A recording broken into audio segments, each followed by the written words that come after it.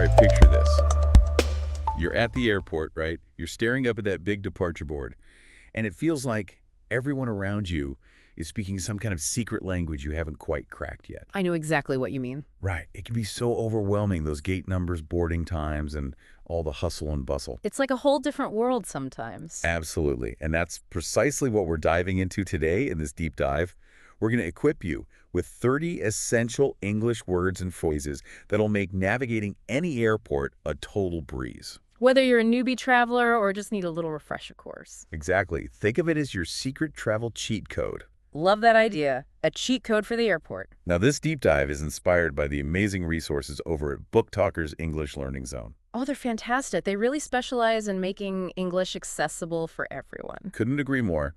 And our mission today is simple.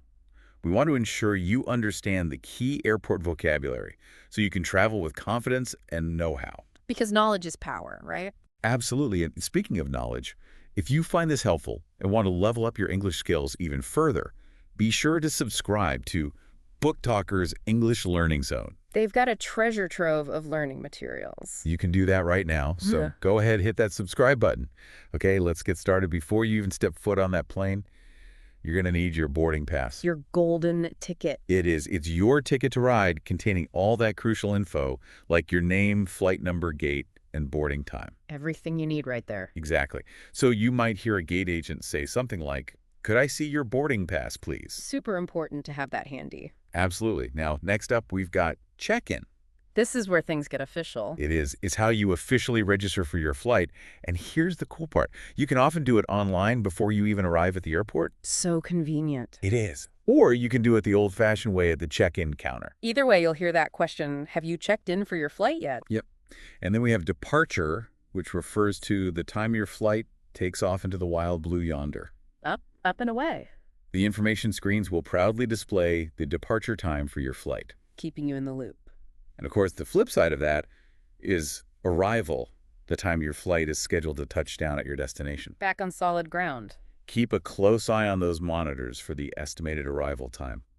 It can change sometimes. Now, airports are these sprawling, sometimes confusing places, right? They can be a bit of a maze. They are. And to make it a little easier to navigate, they're usually divided into terminals. Like mini cities within the airport? A terminal is a building or a specific area where flights arrive and depart. So you might ask, excuse me, which terminal does flight BA249 depart from? Precisely. And within each terminal, you'll find different gates. The gate is your final stop before boarding. It is. It's the specific area where you patiently wait to board your plane. You'll hear those exciting announcements like Flight UA317 now boarding at gate C12. The anticipation builds a back. It does. You know, it's interesting. While these core airport terms are pretty much universal. Yeah, the basics are the same everywhere. The way information is presented can sometimes vary slightly between countries. It's those little nuances. It is, for example, in the UK, you might hear final call for boarding more frequently than in the US. Oh, that's a good one to know. It is recognizing those subtle differences can really boost your confidence. Definitely makes you feel like a seasoned traveler. Now, once you're through those initial stages, you'll head to the security check. Ah, yes, the security check. This is where airport staff screen passengers and their belongings to ensure everyone's safety. A necessary step. Absolutely. And you'll likely be asked to place your carry-on luggage, that's the bags you take on the plane with you, onto a conveyor belt. Through the scanner it goes. It does. Remember, there are size and content restrictions for carry-on bags, so pack wisely. Definitely double check those rules. Now, your larger bags will be considered checked baggage. They go on a separate journey. They do, meaning they're weighed, tagged, and travel in the plane's hold. Down below with the luggage crew. Exactly. And airlines have different rules regarding the size and weight of your checked baggage. Something to keep in mind. Once you land, you'll need to head to baggage claim to retrieve those checked bags. The reunion with your luggage? It is follow those signs that say baggage claim. You can't miss them. And if you're arriving on an international flight, you'll probably need to go through customs. Customs can be a bit intimidating. It can be, but it's just a process where you might need to declare any items you've purchased abroad. You might be asked, do you have anything to declare at customs? Exactly. And depending on your nationality and your destination, you'll also go through immigration. Immigration is where you show your passport and any required visa. It's important to have those documents readily available. Absolutely no fumbling around in your bag. And you know what? While we're talking about being prepared, if you're finding this breakdown helpful, take a moment to subscribe to BookTalkers English Learning Zone. It's a fantastic resource. They offer more essential language learning insights just like this. And they're always coming out with new content. Now let's talk about practical application. If you ever need help at the airport, using these terms clearly will make it so much easier for staff to assist you. Communication is key. Absolutely. So instead of saying something like, "Where do I go to get on my plane?" you could ask, "Excuse me, can you tell me which gate my flight to New York departs from?" Much clearer. It is being specific with your vocabulary can really make a difference. It shows you know what you're talking about. Okay, let's talk about the journey itself. You might have a layover, which is basically a pit stop at another airport before you reach your final destination. Like a little break in your journey. It is. If you do have a layover, pay close attention to the monitors for information about your connecting flight's gate. Don't want to miss that. And remember, your passport is your most important travel document. Keep it safe and sound. Treat it like gold. For some countries, you'll also need a visa, which is an official authorization to enter. Always check those visa requirements well in advance.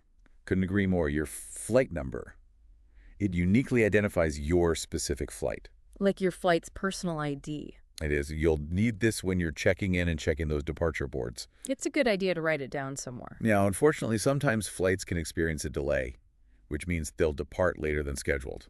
Delays happen sometimes. They do. If there is a delay, the airport will usually make announcements. So listen up. Stay informed. When it's finally time to get on the aircraft, it's called boarding. The moment we've all been waiting for.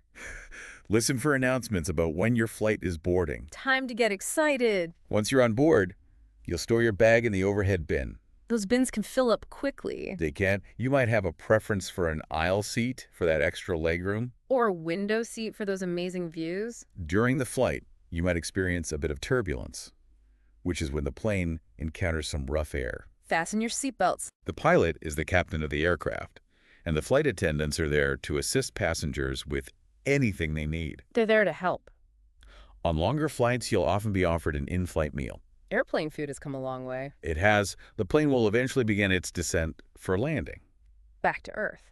And of course, the start of the flight is called takeoff. Always an exciting moment. When you're booking your ticket, you'll choose between a round-trip ticket, meaning you'll return to your original departure point, or a one-way ticket for a one-way adventure. Upon arrival in some countries, you'll need to fill out a customs declaration form. Just another part of the process. It's worth remembering that in different English-speaking countries, some of these terms might have slight variations in common usage or emphasis. The beauty of language. It is, for instance, in Australia and New Zealand, you might hear departures board more often than just information screen. Those regional differences are fascinating. Being aware of these nuances can be really helpful. It adds to the fun of traveling. So there you have it. You're now armed with 30 essential English words and phrases for conquering the airport. You're ready for takeoff. You are.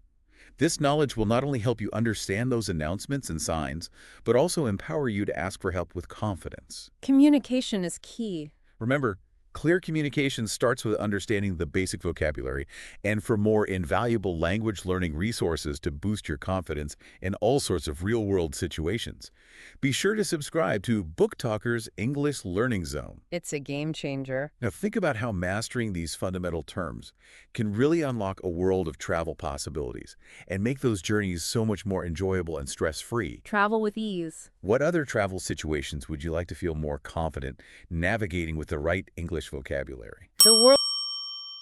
Like and subscribe.